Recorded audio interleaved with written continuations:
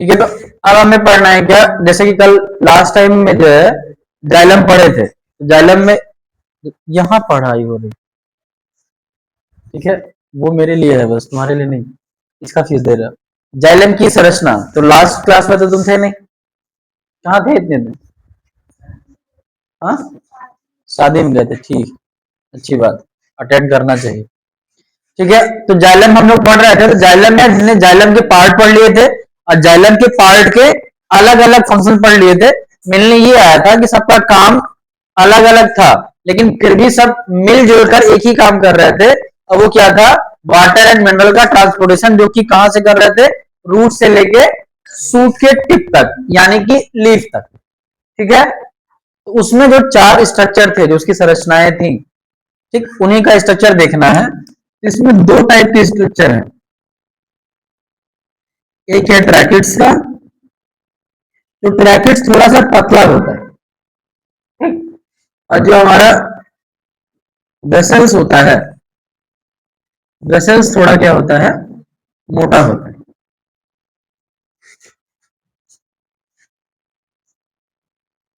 देखो ये पाइपलाइन है, केला देखा है कभी, केला, केले का पेड़ देखा है, तो केले में सांप होता है उतना ज्यादा, इसमें केवल प्राइमरी जाइलम, प्राइमरी फ्लोएम होता है। उसमें आप ध्यान देंगे, जैसे ही आप उसको कट करते हैं तो उसमें से पानी की बूंदें टिपकती है ना। कभी केले के पेड़ को काटा है, कभी ट्राई करिएगा, केले के पेड़ को आप चाकू ले जाइए, बहुत मुलायम होता है, नहीं पूरा डेवलप प्लांट हो उसकी बात कर रहा हूँ। आप पत्ती काटने के लिए उसको कट करिए, जब आप कट करेंगे तो जहां आप कट मारेंगे वहीं से पानी की बूंदें निकलने लगी।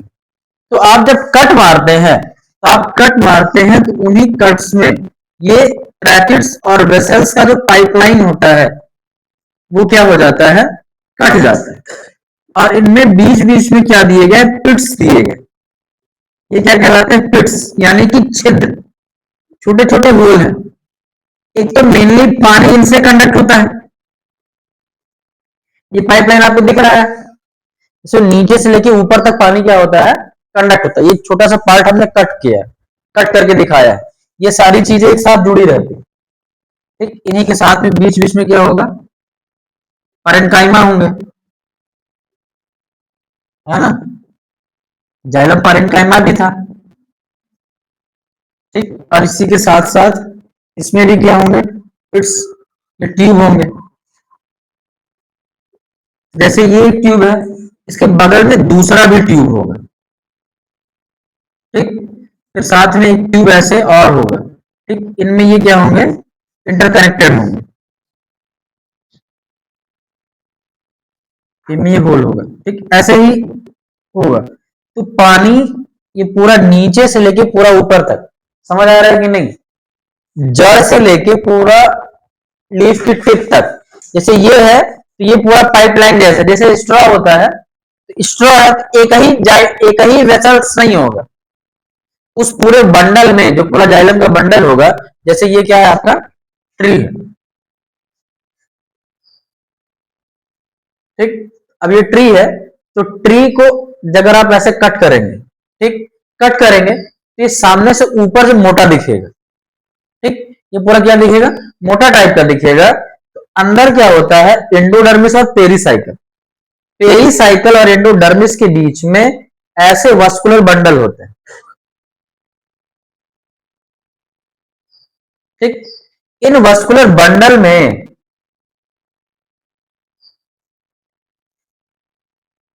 समझ आ रहा है कि नहीं, ये जो कट किया गया ऐसा गर्त, इसकी जो मोटाई है, उस गर्त को जब कट किया गया है तो ये पूरा ऐसे दिखेगा, ये आपको माइक्रोस्कोप लेंगे तब दिखाई देगा, ऐसे सामने नहीं दिख जाएगा, सर कहाँ है जाइलम दिखाई, तो आप उसको माइक्रोस्कोप से देखने की कोशिश करेंगे तो आपको सारी चीजें समझ में आएंगी। आज जो आप एक दिन हमसे पूछे थे कि एनुअल रिंग क्या है, ठीक, जब आप एनुअल रिंग पढ़ेंगे, एनुअल रिंग पढ़ने के लिए आपको क्लास 11 में मिलेगा, जब सेकेंडरी जाइलम बनता है, यानी कि जब मैंने आपको बताया था कि जब लेटरल मेरिस्टम बनता है, तो लेटरल मेरिस्टम में ये जो पूरा पार्ट है, ये जो बीच में है, इसे कैम्बियम रिंग कहते हैं, पूरा इस तरीके से सर्कल रिंग बन जाता है। तो फिर ये क्या बनाता है, ये जाइलम बनाता है, तो जाइलम बनाता है, सेकेंडरी जाइलम बनाता है। सेकेंडरी जाइलम को नॉर्मल भाषा में क्या कहते हैं, लकड़ी, वुड, ठीक, तो वही जब लेयर बाय लेयर बनाता है, तो जब गर्मी का मौसम होता है, बारिश का मौसम होता है, तो जो लकड़ी बनाता है मतलब जर्मिनेट करेगी। मेरिस्टेमेटिक टिश्यू है, कैम्बियम बताया था ना कि जो आपका लेटरल मेरिस्टम, उसका दूसरा नाम क्या है? कैम्बियम। जो आपका सेकेंडरी मेरिस्टम है, उसके नाम में आप देखेंगे तो उसमें क्या लिखाया गया था? कैम्बियम। तो कैम्बियम क्या करता है? कैम्बियम जो है, कैम्बियम क्या है? Meristematic tissue. वो क्या बनाएगा? परमानेंट। तो जब बारिश में या गर्मी में जो परमानेंट बनती है, परमानेंट टिश्यू बनती है, वो हल्की रहती है। एक एक लेयर वो बनेगा, मतलब पूरी एक लेयर बनेगी। ठीक। और जब ठंडी में बनता है तो ठंडी में उतना ग्रोथ नहीं हो पाता, लेकिन बनाएगा तब भी तो वो उतना बढ़ नहीं पाता। तो दो रिंग स्ट्रक्चर आपको अलग अलग दिखेंगे, एक दिखेगा गाढ़ा दिखेगा, एक दिखेगा हल्का। उसी का जो सर्कल बनता है उसी को हम क्या कहते हैं? Annual ring. तो उसी को गिन गिन के हम पेड़ का क्या निकाल सकते हैं? जीवन की पेड़ कितने साल का है, जितने उसमें रिंग है उतना उसका क्या होगा? Time period. फिलहाल हमको उससे मतलब नहीं है, हमको ये समझ में आया। तो ये जो अंदर वाला है ये क्या है? जाइलम। और ये जो बाहर वाला स्ट्रक्चर है ये क्या है? फ्लोएम।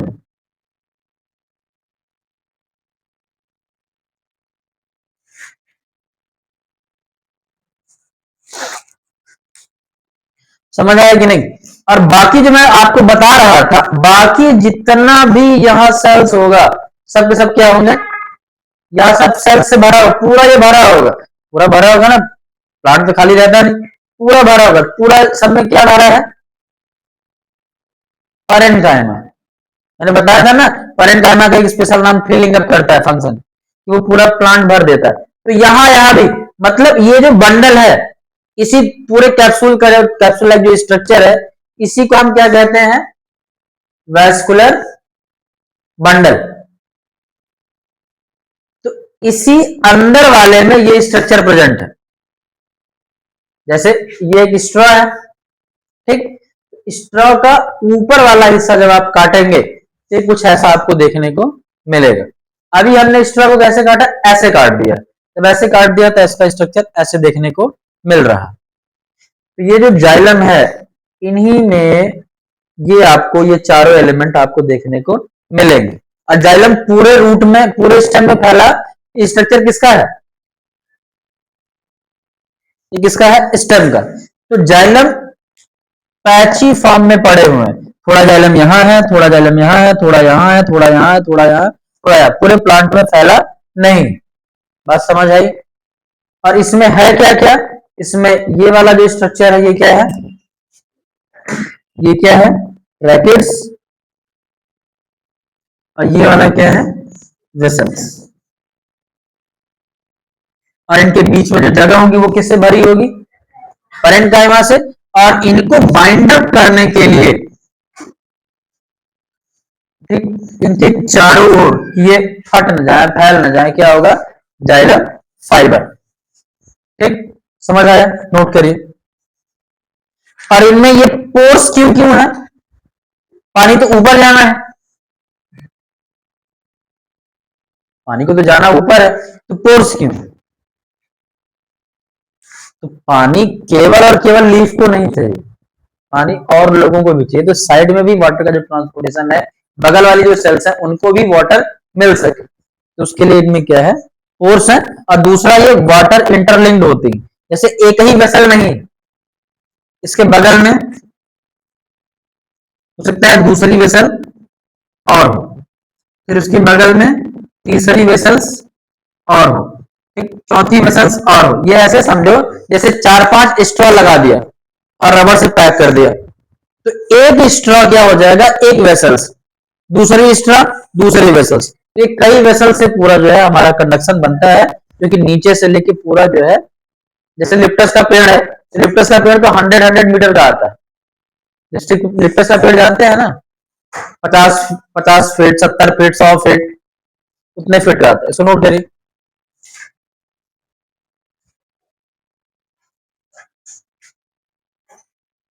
ठीक है। अब नेक्स्ट टॉपिक क्या है आपका? जाइलम खत्म हो गया, ठीक। अब आते हैं किस पे? फ्लोएम पे। तो फ्लोएम के पार्ट मैंने बता दिए थे कल ही। तो पहला क्या है? सी ट्यूब। तो ये क्या है आपका लिविंग है। सी ट्यूब कैसा है, लिविंग। दूसरा कॉम्पेनियन सेल,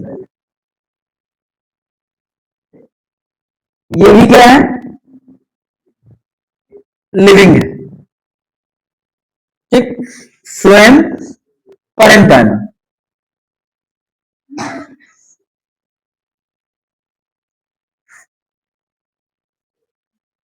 ये भी क्या है, लिविंग। नेक्स्ट है आपका फ्लोएम,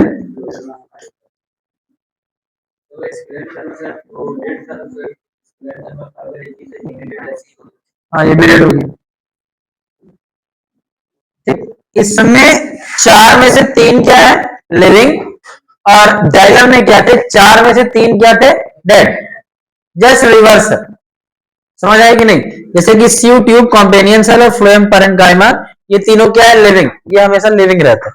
और ये क्या हो जाता है, फ्लोएम फाइबर, ये क्या रहता है, डेड। ठीक, अब इसमें से सीयू ट्यूब क्या है, इसकी अगर प्रॉपर्टी देखें तो इसके पास अपना न्यूक्लियस नहीं। ठीक, इसके पास अपना न्यूक्लियस नहीं, नो न्यूक्लियस प्रेजेंट। अब आपका क्वेश्चन अराइज हो जाएगा कि अगर इसके पास न्यूक्लियस प्रेजेंट नहीं है, तो जब आप पढ़े थे क्लास 9th में, सेल पढ़ रहे थे, या पिछले क्लास में क्लास 8 में पढ़ रहे थे कि न्यूक्लियस जो जो केंद्रक होता है वो ब्रेन ऑफ द सेल होता है। कि सेल को जितना जो भी फंक्शन करना है वो कौन बताता है, न्यूक्लियस बताता है। तो फिर CO2 का काम चलता है कैसे, किसे चलता है, कॉम्पेनियन सेल से। कॉम्पेनियन सेल का जो न्यूक्लियस होता है वो कॉम्पेनियन सेल के भी फंक्शन को गवर्न करता है, कंट्रोल करता है, और साथ ही साथ किसको कंट्रोल करता है, CO2। तो फिर बात आती है, अगर कॉम्पेनियन सेल का न्यूक्लियस है तो CO2 का न्यूक्लियस हटाया क्यों गया। क्वेश्चन राइज होगा ना कि इसका न्यूक्लियस क्या नुकसान कर दे रहा था, कोई बता सकता है। देखो, इसका कारण यह है कि अगर इसमें न्यूक्लियस एब्सेंट हुआ तो इससे क्या बढ़ जाएगा, इससे क्या बढ़ जाएगा, स्पेस। जब स्पेस ज्यादा होगा तो क्या होगा, मोर ट्रांसपोर्टेशन। बात समझ आया कि नहीं। तो जितना जगह होगा, अब देखो कोई भी सेल है, कोई भी सेल है तो सेल का जो न्यूक्लियस होता है ज्यादातर वॉल्यूम उसी के पास होता है। कोई भी सेल है तो सेल का ज्यादातर खाली जो स्पेस लेता है वो कौन लेता है, न्यूक्लियस। बाकी जगह किसके पास है, साइटोप्लाज्म, माइटोकॉन्ड्रिया, गोल्गी एपरेटस, इनके पास है। लेकिन ज्यादातर जो जगह है वो किसके पास है, न्यूक्लियस के पास। इसीलिए न्यूक्लियस हटा दिया और इसका बाकी का जो फंक्शन है वो कौन कंट्रोल करता है, कॉम्पेनियन से। ठीक, और इसका पूरा जगह किसके लिए इस्तेमाल होता है, ट्रांसपोर्टेशन। तो दोनों मिलके ये दोनों ये दोनों मिलके करते क्या है, फूड ट्रांसपोर्टेशन।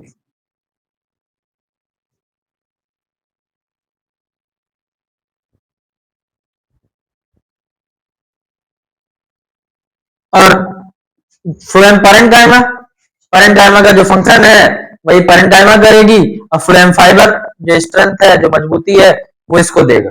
ठीक, और बाकी स्ट्रक्चर में आपको बता ही दिया कि आपका फ्लोएम कहां प्रेजेंट है। तो फ्लोएम प्रेजेंट है वास्कुलर बंडल में। सबसे पहली बात समझिए कि जाइलम और फ्लोएम कहां प्रेजेंट है, जाइलम और प्लस फ्लोएम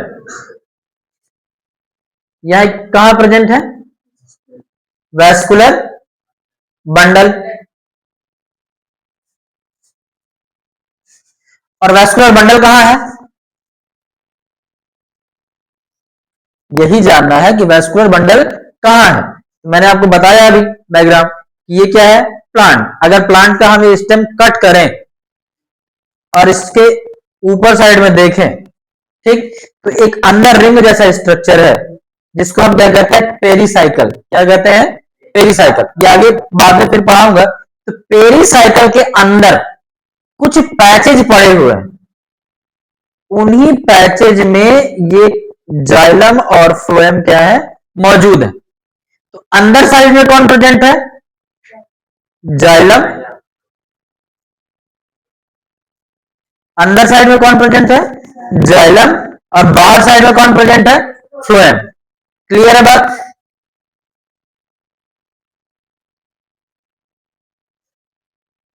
ठीक, नोट करिए।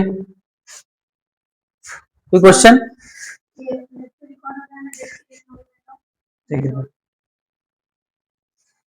ये भी सही है।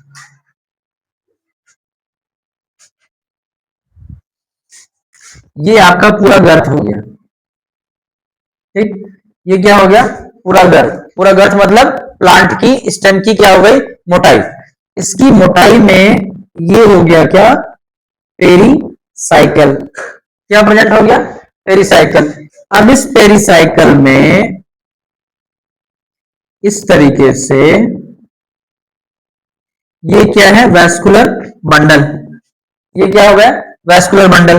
तो वैस्कुलर बंडल में ये जो प्रेजेंट है अंदर साइड में, ये क्या है, जाइलम। और इसी वैस्कुलर बंडल में ये जो प्रेजेंट है बाहर साइड में, केवल वैस्कुलर बंडल में कह रहा हूं, ये क्या प्रेजेंट है, फ्लोएम। बात समझ आएगी नहीं। तो ये जो बाहर वाला पार्ट है ये क्या है, फ्लोएम। और ये जो अंदर वाला पार्ट है ये क्या है, जाइलम। और बाद में इनका ग्रोथ इतना ज्यादा हो जाता है कि ये सारी चीजें जो है बाद में स्लेज होती झड़ जाती हैं, या जो है बाद में डेड हो जाती हैं, और डेड बन के कॉर्क बन जाती है। वो आगे की कहानी है, जब सेकेंडरी ग्रोथ पढ़ेंगे वो क्लास 11th पढ़ेंगे। लेकिन इसकी संख्या इतनी हो जाती है, ये पूरा बाहर आ जाती है। ठीक, ये पूरा क्या आ जाती है, बाहर। इसी में जो है आगे की चीजें जो चलेंगी, लेकिन वो सारी चीजें कहाँ है, क्लास 11th में, अभी आपके लेवल पर नहीं है। ये अरेंजमेंट मैंने आपको सिखा दिया। ठीक, नोट करिए।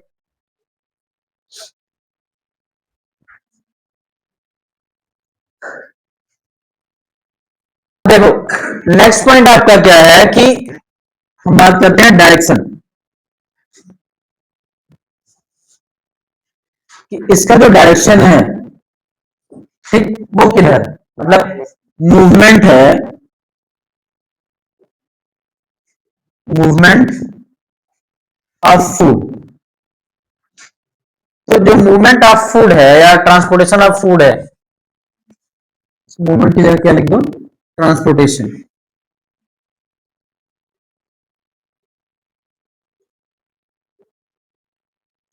ट्रांसपोर्टेशन ऑफ फूड क्या है, बाई डायरेक्शन।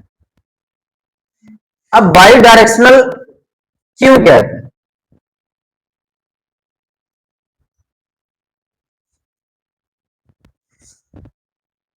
तो देखो, जैसे ये क्या है, लीफ है,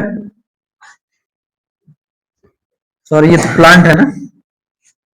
ठीक, तो अब ये यहां पर क्या प्रेजेंट होगा, लीफ।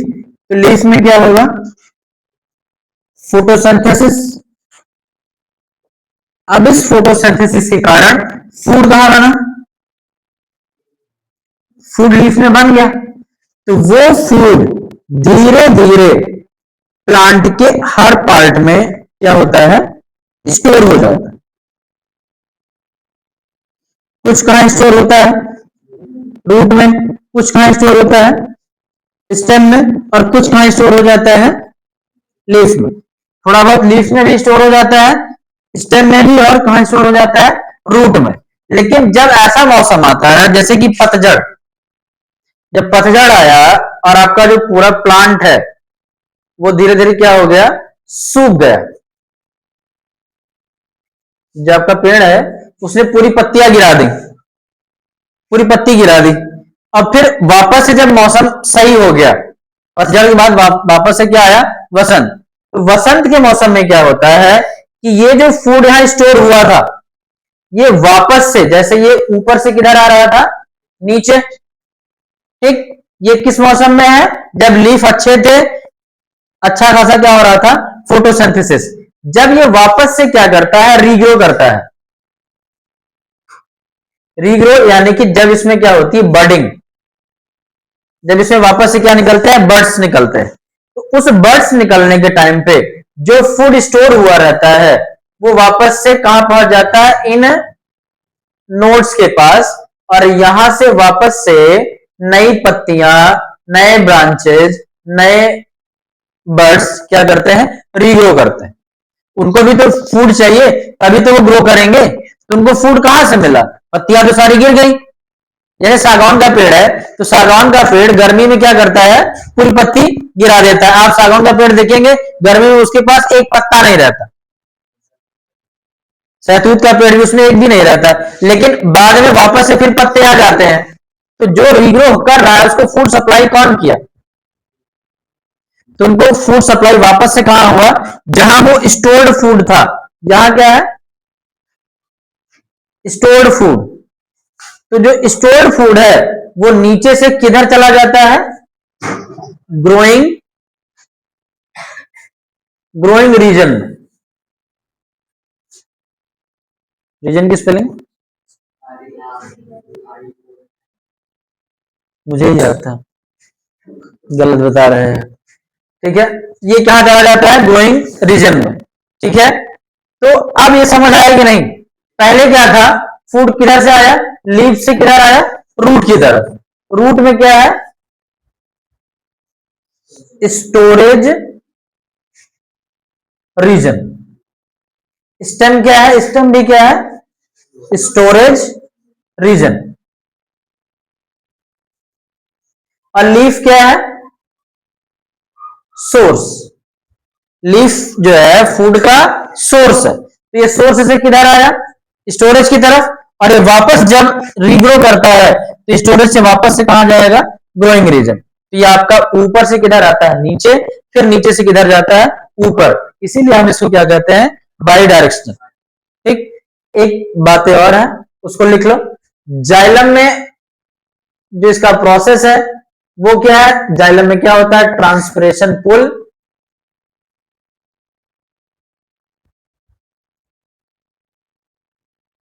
ट्रांसपिरेशन पुल के साथ साथ क्या होता है, रूट प्रेशर। इस आधार पे आपका जो है पानी का खिंचाव होता है, किसमें, जाइलम में। और फ्लोएम में जो आपका लगता है वो क्या लगता है, मास फ्लो हाइपोथेसिस। मतलब ये 9th में कहीं है नहीं, लेकिन मान लो कहीं एग्जाम में आ गया तो आपको पता होना चाहिए कि जाइलम किस प्रिंसिपल पे काम करता है। तो जाइलम में दो प्रिंसिपल चलते हैं, एक ट्रांसपिरेशन पुल और दूसरा रूट प्रेशर। ट्रांसपिरेशन पुल का मतलब क्या है कि यहाँ लीफ से, मतलब बताया था ना, लीफ में छोटे छोटे क्या होते हैं, स्टोमेटा। वो स्टोमेटा से पानी हमेशा क्या होता है, निकलता रहता है। तो वो नीचे से पानी का जो साइकिल है उसको क्या करता है, वो खींचता रहता है, इसीलिए पानी को उड़ाता रहता है जिससे वो साइकिल टूटे नहीं। और दूसरा, रूट्स में मिनरल्स इतना स्टोर हो जाता है जिससे प्रेशर बढ़ जाता है, जिससे पानी अपने आप ऊपर उठ जाता है, तो जो लीफ उसको खींच लेती है। ठीक, और इसमें क्या, मास फ्लो हाइपोथेसिस, जहां ज्यादा मास है वो इधर भेजेगा, जहां मास कम है। तो यहाँ ज्यादा बन रहा है, ये सोर्स है लीफ, तो किधर भेज देता है, स्टोरेज की तरफ। और इधर क्या है, स्टोरेज में ज्यादा हो गया है, ग्रोइंग रीजन में क्या है, कम है, तो ये उधर बढ़ जाता है। नोट करिए, समझ आया कि नहीं।